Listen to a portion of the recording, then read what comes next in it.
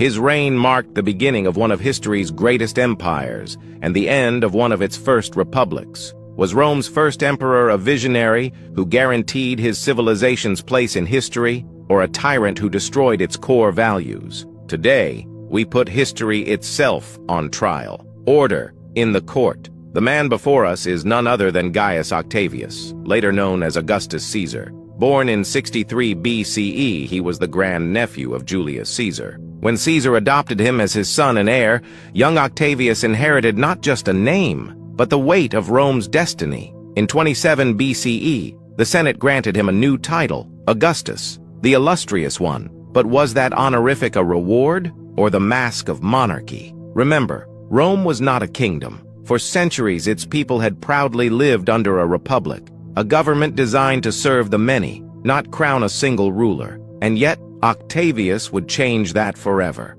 At just 16, he was already a public servant, elected to the College of Pontiffs. Soon, he was fighting alongside his great-uncle Caesar in Hispania. But when Caesar was betrayed and murdered by senators, Octavius vowed revenge. With Mark Antony at his side, he plunged Rome into civil war, only to betray Antony later, crushing both him and Cleopatra to seize ultimate power. From the ashes of bloodshed, Augustus rebuilt Rome. He reformed taxation, ended corruption by greedy officials, and financed roads that tied the empire together. Couriers carried messages and orders faster than ever before. He transformed Rome's skyline. Temples, monuments, and forums rose in marble glory. Writers praised him endlessly. And for 40 years, Augustus gave Rome something it hadn't known in generations: peace. But peace had a price. Augustus controlled the provinces with the strongest legions. He stacked the Senate with loyalists.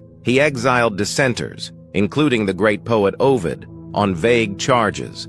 And his laws invaded the private lives of citizens, punishing adultery, restricting marriage, even penalizing those who chose to remain unmarried. Was this discipline or dictatorship?